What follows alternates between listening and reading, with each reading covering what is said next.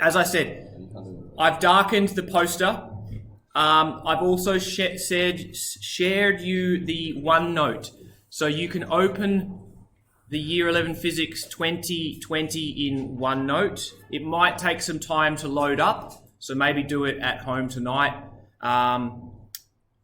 Obviously then you might want to make your own notebook, or you might be able to annotate over my notebook, but only you would see it, so it won't affect the original.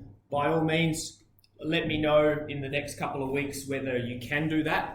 So you might be able to go to this screen and you might be able to circle things on your OneNote, or you might want to make notes off to the side if that's a useful thing for you. But for the time being, we're just going to stick with the booklets for now, okay? Also, the last couple of lessons I wasn't really happy with. I was making mistakes and it was all chaos. So I have put last year's lessons. Okay, today's lesson 3, we're going to get to nuclear equations, writing nuclear equations. If this lesson's good, I'll upload it and call it lesson 3, okay? But can we please, let's just think, tomorrow you are at home. Well, last year we had lesson 4. It's sitting there. I might send you that link and it might be to continue on writing stuff. We've also got some demos planned, but I don't think we're going to get there yet. So what I'm going to do tomorrow, I'm going to film a very brief 10-minute demonstration on the penetrating ability of the different types of radiation, and also the cloud chamber over here. It might be a 10-minute video. I might throw it up on Nexus, and that might be an activity. Just you need to watch that either during Monday's lesson or before Monday's lesson, all right? I haven't decided how I'm going to run the Big Blue Button lessons. Obviously, the first 5-10 minutes, you've got to log in, take attendance. I might say, right, you're now going to watch the YouTube video for 30 minutes, or I might have asked you to do it prior. So there might be some pre-learning that you need to do. Now, what I will do at the start of each week, I'll have a news widget. I think. It's not there. I will have a news widget. There it is. It's currently empty. At the start of each week, I might even put it here. I'll generate 4 lessons, and it'll basically say what we're doing. And it might say before lesson 3, that might be Wednesday's lesson. Before lesson 3, you need to watch the YouTube video. Okay? Now, I'm not too concerned because you guys are going to have plenty of time on your hands. So I'm hoping kids aren't going to go, oh, I've just had 3 hours of rugby training and now I've got mock trials prep and then I've got... No, you're sitting at home because everything's been cancelled, okay? So I'm hoping you're not going to complain too loudly if I ask you to watch a 30-minute video before the lesson, and then during the lesson I might throw you some questions that you're working on, and then I'll be sitting there, and if someone has a question, then you can shout out, okay? Again, I'm not sure whether I'm going to be using microphones or using the chat feature of the Big Blue Button. It depends if you're all mature enough to have your microphones on and only call out when you need a question answered, and I'll sit there during the lesson. Yes? Wouldn't we have another lesson during that 30 minutes before your lesson? So that's why I might send it, the news widget might be published on Sunday, and it might say, before Monday's lesson, you need to watch this. But yeah, good point. I'm not expecting you to be watching stuff while you've got other classes on. Yes? Are you going to be here? Yep. For this term, staff are all expected to stay here for this term, unless all the schools close. Next term, who knows?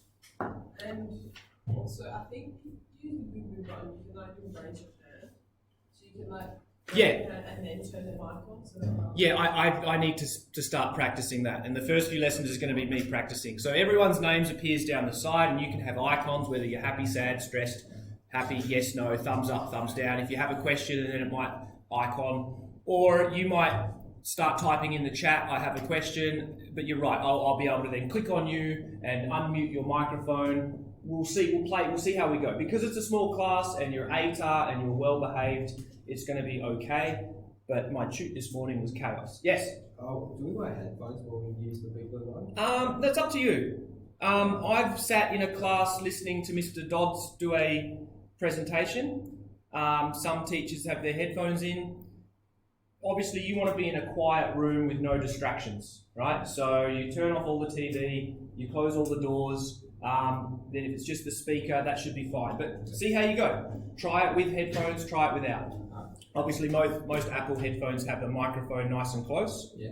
But the microphones on your laptop should be pretty good. Yeah. All right. One other thing that I am going to trial is the share screen option. So if I'm going to use OneNote during the big blue button, I might go share screen and then just boom, open up the OneNote. But I want to see if it's too laggy, then moving forward I might have to change things up. But it might be, instead of you sitting there watching me write for 50 minutes, maybe I'll just write for 20 minutes. Maybe I'll write some stuff and your pre-lesson task might be to copy down a page and then we discuss it during the lesson, okay? And then Rory goes, oh, I don't understand what you mean about the beta positive particle, and then I can elaborate, right? And Marshall might go, all right, I'm not too sure about what's going on here. Can you confirm? All right? So, that's going to be fun. Just keep a listen out. I might sit down this afternoon and look at the lesson 4. If it's a nice, easy, short one, I might bump it to you and say, look, get this done before Monday, yeah? Because we don't have class on Friday. But as always, and again, I am probably going to put up last year's lessons. I might try screen capture. If I'm screen capturing and going from big blue button, I'm not sure how it'll look. All right. So if it doesn't work very well, I might just go, look, guys, here are the lessons from last year. They're there if you want to go back and go through stuff. You might hear me shouting at Thomas or Matthew or Hugo, having arguments with them. Let me know if you do. Bit of fun. Okay. Can we start the lesson? Yes? Cool? All right. So, a quick little rehash. We went... Yes? Would an alpha particle... I'm going to mute Cameron Minchin. Would an alpha particle undergo radiation to become... No, the nucleus is unstable and it will spit out an alpha particle, and that alpha particle goes flying off. Now, it is an ion, and if you have a charged particle whizzing past other stuff, it can rip electrons off other stuff. So it is in itself, it is ionizing and it can damage other particles. But for now, we're going to just look at the particles and how they're made. In a few weeks' time, we'll look at their effects on other things. So, guys, quick little rehash. We very quickly raced through the notation. Yes, Emil, what is it, Emil? Also getting the investigation. Huh? The investigation. You will have to submit that through Nexus. I'll create an assessment task in Nexus. It'll say investigation, and so you will have to make it in Word. You can stamp it to a PDF. You might have to take a screenshot of your graphs and insert it into the Word document, all right? Because you're not going to be here to physically submit it, okay? So, element notation, atomic number, number of protons, mass number of protons and neutrons. You need to be very easily be able to tell me how many protons, how many neutrons, how many electrons. Most of these are all neutral atoms, okay? Unless you're looking at this guy, then he has a +2 charge. Interesting, Cameron's probably thinking right now, the effect that has, there were 95 electrons in americium, and we just spit out 2 protons. There's still 95 electrons with neptunium. So what would the effect have on neptunium? It's now a 2 negative ion, okay? We're not too concerned about that. The ions, that's for the chemists to worry about. We're looking about what isotope is it, all right? It's an isotope of neptunium. We have to make sure that they balance. So if you're confident, you don't need to write this, but it adds to 241, and then at the bottom, it adds to 95, okay?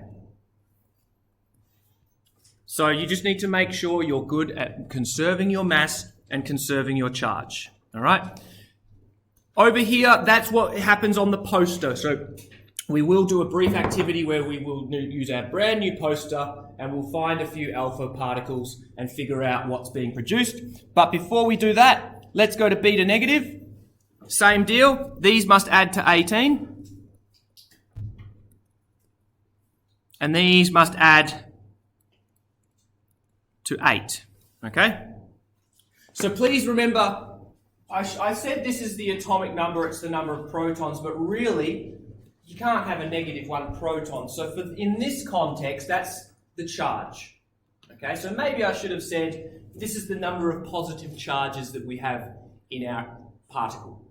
And so now, that's a -1 charge. It has to be an electron. All right? The only particle we know in nature that is not a proton or a neutron, but has a -1 charge at this year 11 level is the electron.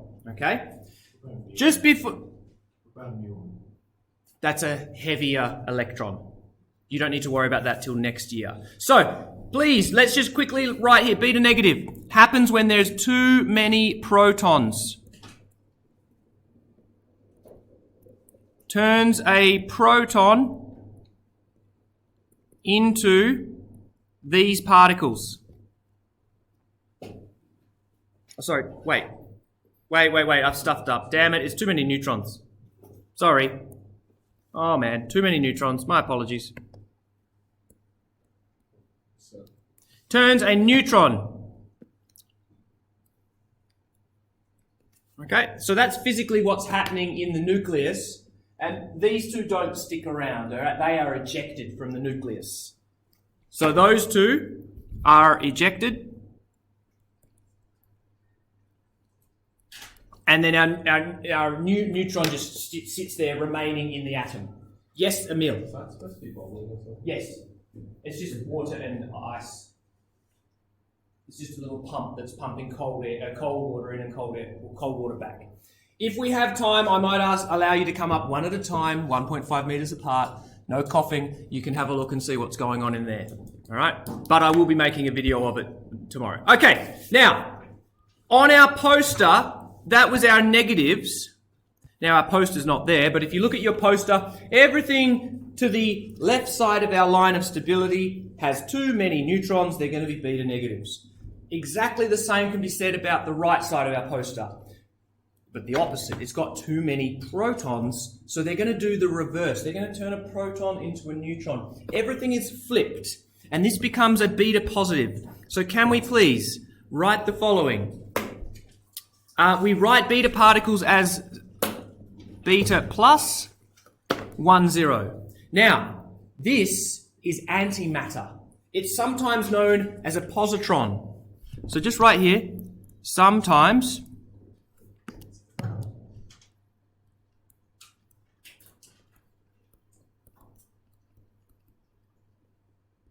which sometimes you will see it written as that. Okay, so that is an anti-electron. It is antimatter, and it is ejected from the nucleus. Oh, have I made a mistake? Yes, I have. That should be a mass number of 0 and a charge of 1. My apologies. So I'm going to pick something that has too many protons. So if you just bear with me, I'm going to play it safe here. If I picked Harry, who you like, Betty, but cannot obtain free. Let's go element number 9, which is fluorine. Right?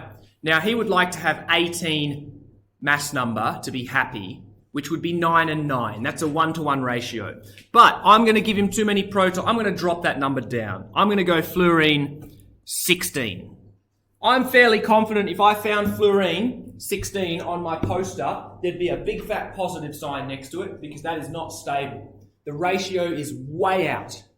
Okay? We will have a look in a minute. Knowing my luck, it probably is stable, but let's pretend that it isn't. And so out spits our beta positive. Okay? We can then determine the mass number is still 16. Our proton number has now dropped to 8. And so we've now decayed into oxygen. Now that looks to be stable. Now, here's what you need to remember. Out spits not an antineutrino, but the antiparticle pair of the antineutrino, the neutrino. So he doesn't have a hat. All right? If he has a hat over him in atomic physics, that means it's an antiparticle. All right? So don't know, we're not going to put a hat over the beta, if that's what you were going to say. And then lastly, energy. What form is the energy in? Kinetic. Good question. That's one that I can answer. So is it heat energy or Kinetic. velocity? It travels off with a velocity. Now that energy is shared amongst all of the particles. So the oxygen will recoil slightly, but because it's much, much more massive, it won't be as fast. The beta particle goes flying off at about 90% the speed of light. We will look at that in lesson number 4 or on Monday. Yes, Emil? If antiparticles have hats, why doesn't Yeah. I just answered that. Cool. All right, moving along. Don't worry about it. For the neutrino, it's got a hat. It's an anti-neutrino. If it doesn't, it's a neutrino. What's happening in the nucleus? So what did we say? Too many protons. So we're going to turn a proton, which is 1, 1, into a neutron, which is 0, 1, and we're going to conserve charge, and we're going to conserve lepton number, which is a year 12 thing. So again, don't worry about that. Okay. Now, just quickly, when antimatter is created, it doesn't travel very far because it's going to interact with matter. And Einstein said when matter and antimatter combine, they annihilate into pure energy. The energy is equal to mc squared. So literally, if you had the mass of a beta particle, a beta positive, hitting a beta negative, then they will annihilate and their mass is now converted into energy. So watch what happens. This is what happens. You can get, we can still write this. A beta particle, negative, might come into contact with a beta particle, positive, and it will form a gamma ray. Now, that's the third type of radiation. A gamma ray is just a photon of very high energy. It has no mass, so we'll write 0. It has no charge, so we will write 0. And I realise that plus needs to be a +1. So if we balance our mass numbers, that's fine. Mass numbers are balanced. Just wait for me, please. If we look at our charges, we had a +1 charge and a -1 charge, creates 0 charge. But there's another fundamental law that has to be conserved in nature, and that is momentum. So imagine I had two small, slow-moving particles, just to pretend that they're traveling slowly, so they don't have much kinetic energy, right? That one and that one.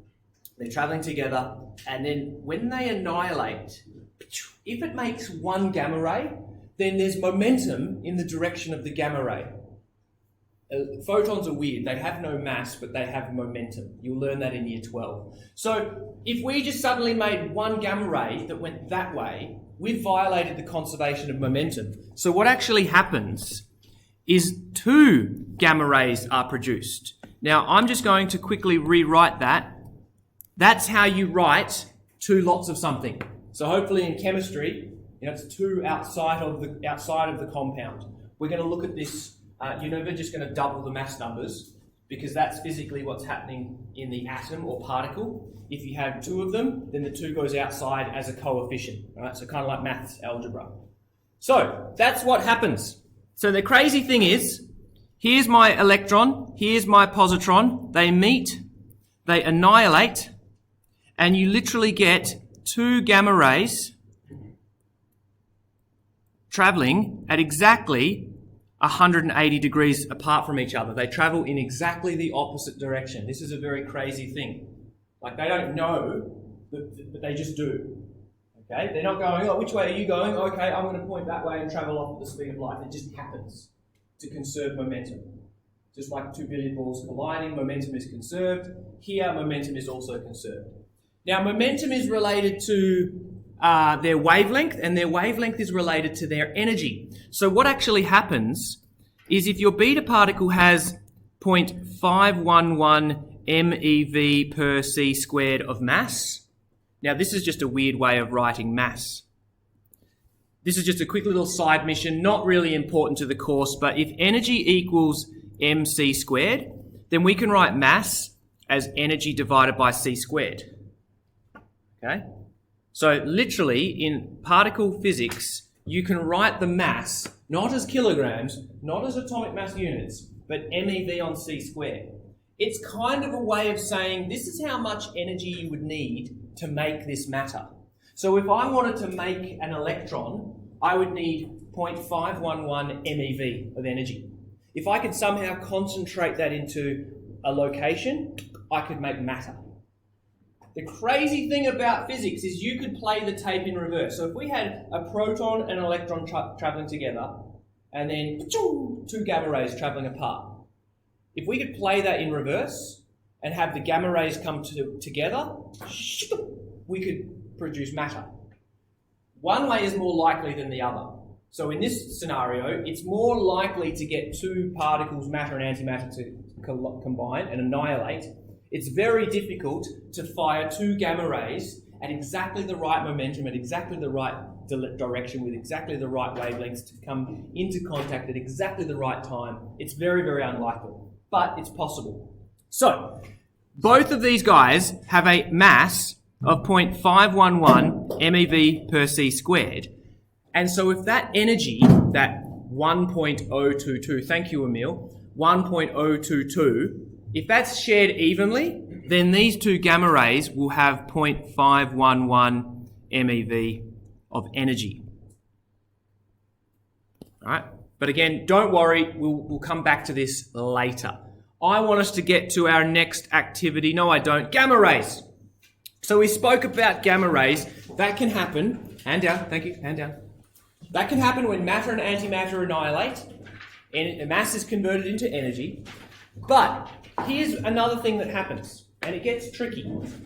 When a nucleus spits out a lump of matter, be it alpha, beta positive, or beta negative, the remaining nucleus is not yet stable.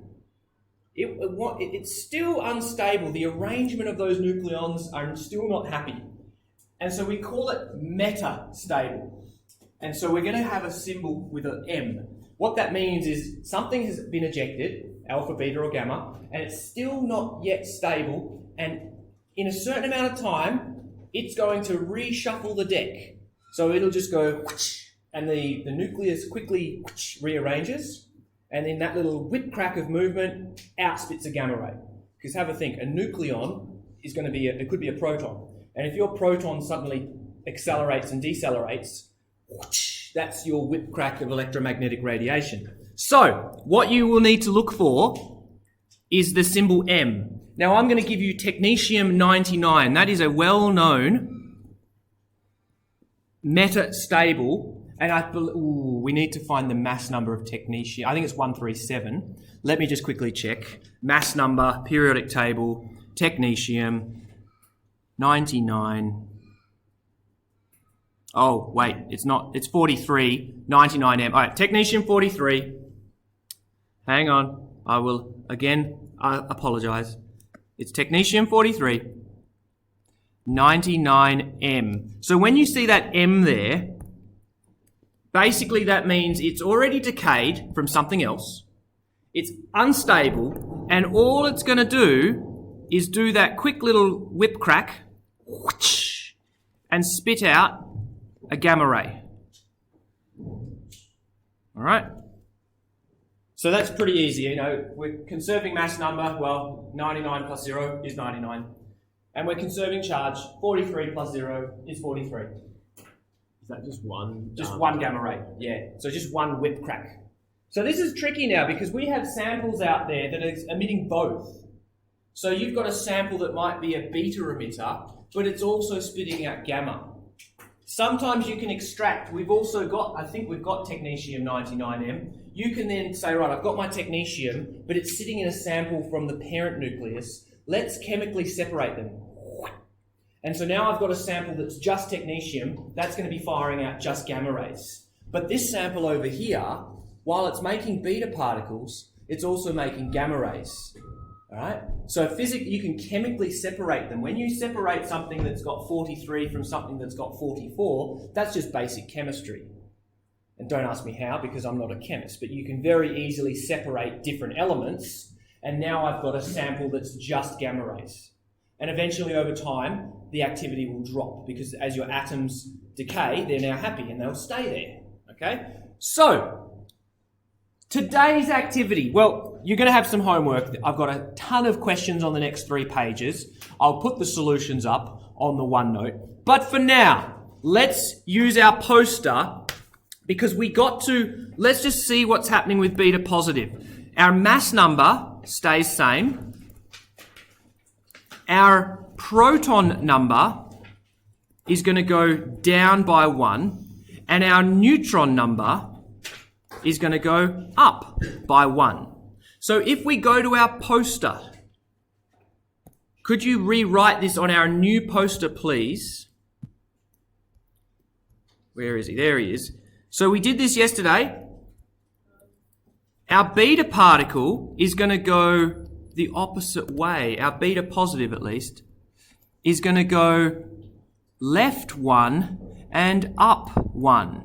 It's going left because it's losing a proton. So on the x-axis, it's going down by 1, but it's gaining a neutron. So on the y-axis, it's going up by 1. Okay? So, here's what I want you to do for the next, say, 5 minutes. I want you to find 2 alpha emitters that decay to stable. So 2 alpha.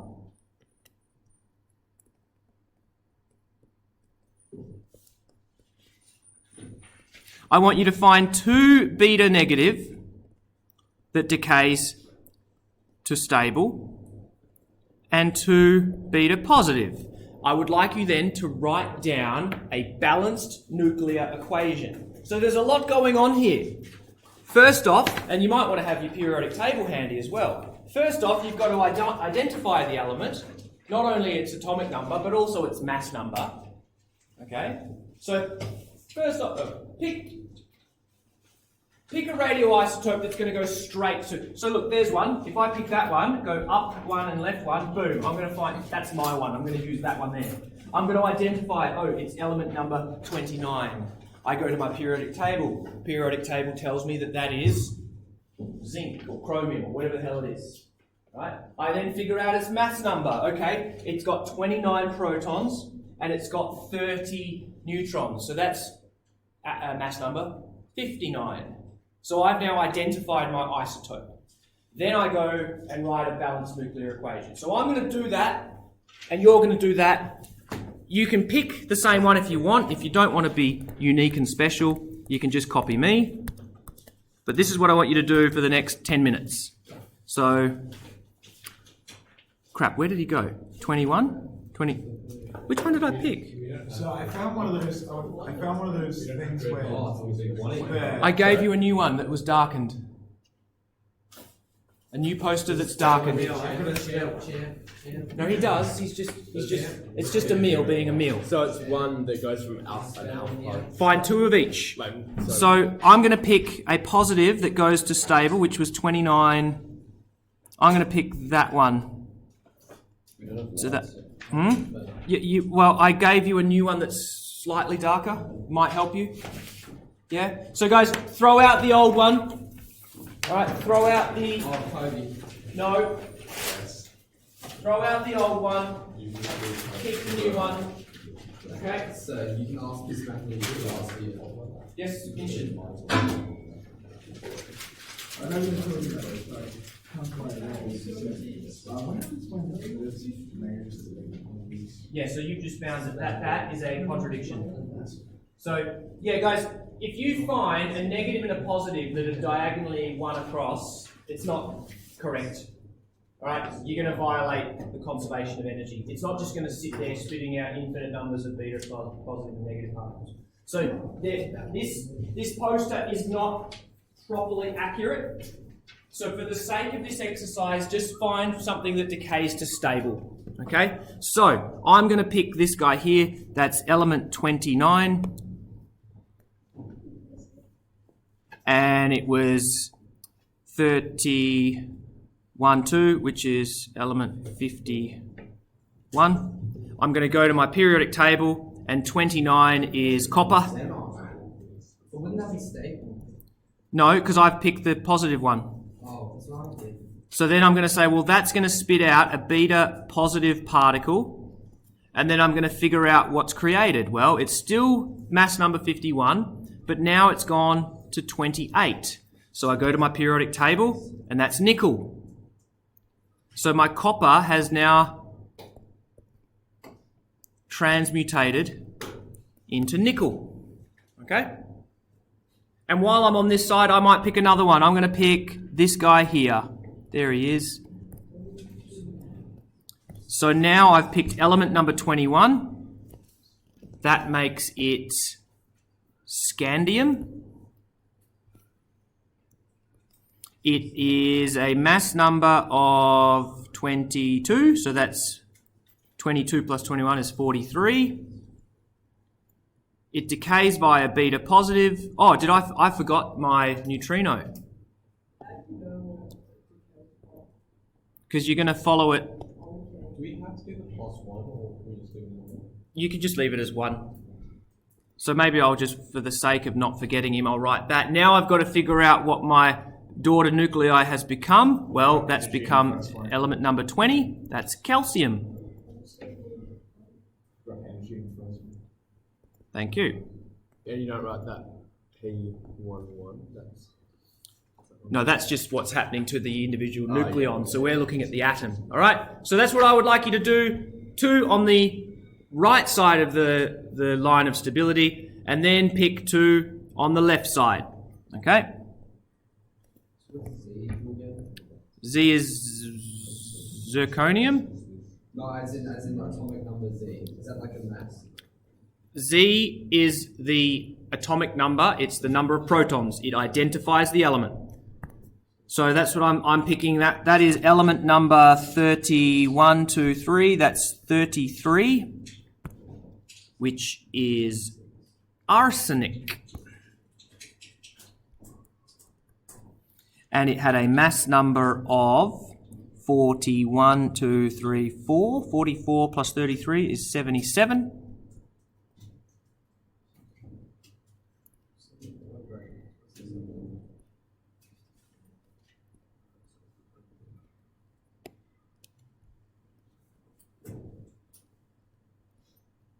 And then I need to figure out what element number 34 is, which is selenium. Okay. So to get the number on the top, do you add one number to the... Yeah, so you add the number from the x-axis and add the number from the y-axis. So I need everyone to be able to do this. If you're having a struggle, please raise your hand now and I'll come around and help you out. Once you know what the go is. Yep. So I was wondering, do you write on when you write the beta positive, do you have to write +1 for the mass number? Or just 1 or you can write +1. I'm not going to mark you down. It's not doesn't matter yet. not the end of the world. So for a beta positive, it's a neutrino, but for beta negative, it's an Correct. And you just have to remember that. All right. There's no real maths equation. So. Why have I got so many? I've only printed 13 of these. Why have I got so many spares? If anyone is struggling, just discreetly raise your hand and I will come and help you. All right. Thanks. What have we got? So I've got this. I'm going up. All right. So, have you got? Cool. 46. Yep. Cool. So 46 says that it is palladium. Yep. Palladium. Yep. So now you can go right, and here it is now right. It's element number 47, 100. So the atomic number will be 47. Sorry, 40. My bad. 45. 45. Yep. So RH. The mass number hasn't changed, so it's still 100. To see what happens. And then the last thing, don't forget, it's a neutrino. So just a squiggly V without the at, and that's it. You can write it. Some teachers say don't put energy in because you only want to put matter in your equation, but I want to say, well, let's consider energy as well. Okay. So So yeah, if you haven't, guys, just re-summarize the rules on your new poster. So apologies that you are throwing out an old poster. So what I wrote at the top, let me just make it a little bit nicer for prosperity.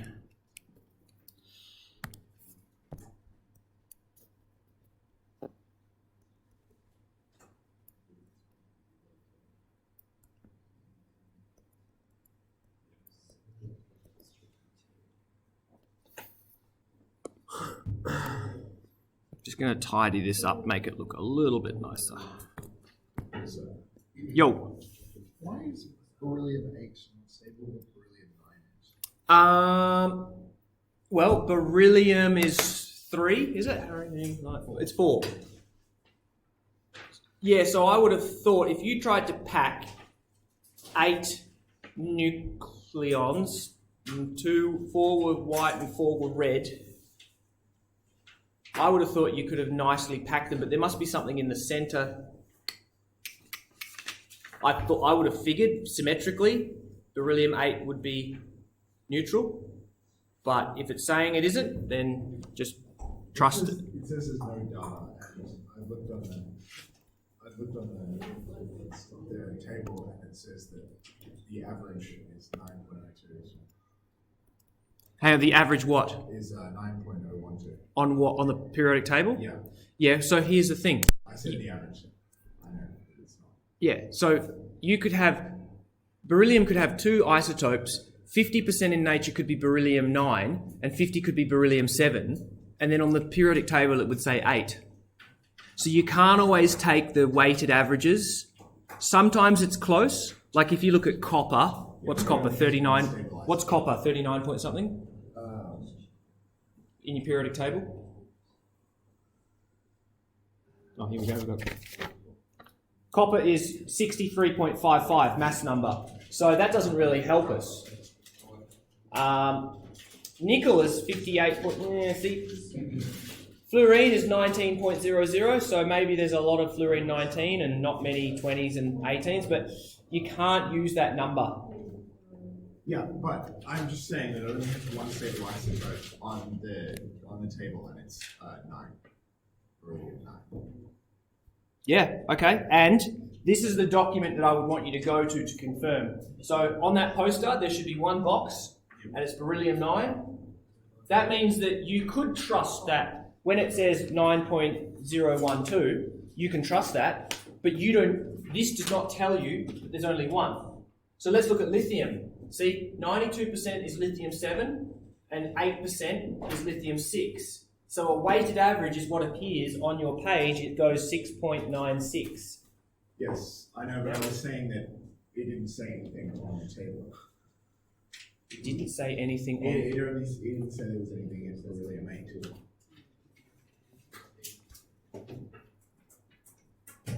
It's really hard when you go. On the line shows the first thing is not on the line. Are we saying there should be a beryllium 7 here?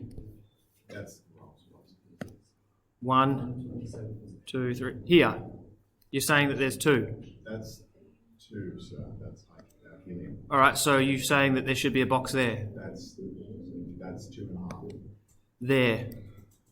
Still 2.5. There.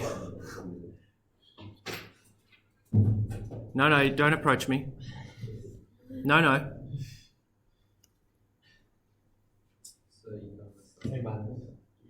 Yeah. That's not beryllium. It is. No, it's not. On the line. 1, 2, 3, 4. Oh. Wait, isn't that 1? That's 1. that's 0. That's 0, is it? Yeah, because it's a neutron. Okay, so that's hydrogen, helium, beryllium, Lithium. Brilliant. Hydrogen, helium, lithium, beryllium. Okay, all right, now I get you. So hang on, this box that I'm about to highlight, you're saying is not beryllium 9. No, that is beryllium 9. I was wondering why there isn't beryllium 8. Why would that not? Maybe there's not any data for beryllium 8. Well, it doesn't say Sorry, it on took the me other like page. 5 minutes to figure out what the hell he was talking about. Maybe they don't have any data. Maybe that isotope lasts for such a short amount of time that scientists haven't been able to get any information from it. So, I mean, you could find any blank and go, why is it blank? I don't know. There's just no data. Whoever made this poster, they might have gotten a big booklet of all the isotopes. Maybe it was blank. So I don't know what their sources are. Roll Okay. out the old Hadron Collider. Exactly. Oh, so Yes. for the alpha particle, do we need to write 2 plus? No, you don't need to. But, so have we all found a couple of alphas that decay to a stable? So there's one. You just got to find one that's... So how does that decay to a stable? Huh? So that one doesn't. Oh, it doesn't. Yeah, okay. So we don't have many, do we? There's 2 up here.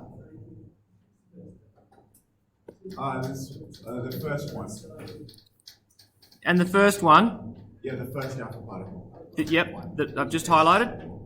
So we don't have many options. So I'm hoping everyone's identified there's 3 alpha decays to stable, and all the rest would have to be in a decay series. No, there's no answer. Where? Next to Prometheus. Next to Prometheus. Oh, yep. Oh, come on, don't do that to me.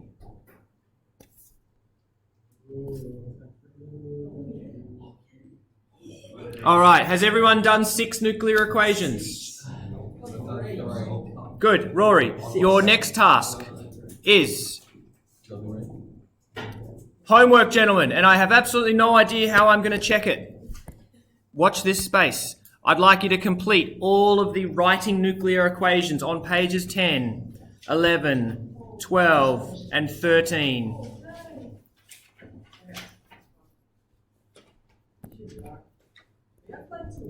You do. Okay. Now I've given you just a couple of common particles there to help you. All right. Electron, electron, beta, beta, neutrino, neutrino. And then also here, if you want 2 neutrons, you're going to have to write it like that. 2 outside of. So you don't just go 2, 0, n, because you never make a particle. It's kind of like chemistry. If you had 2, 0, n, that means a particle that has 2 neutrons stuck together. But if you had 2 separate neutrons, well, you would just write a coefficient out the front. You would write 2, bracket, 1, 0, n. Okay? Same with this, 3 gamma rays. Well, 3 lots of that. You just have a 3 outside the front as a coefficient. Okay? Now, how are we going for time? We've got 5 more minutes. Keep going, Rory. Keep going. Practice makes perfect. Yes.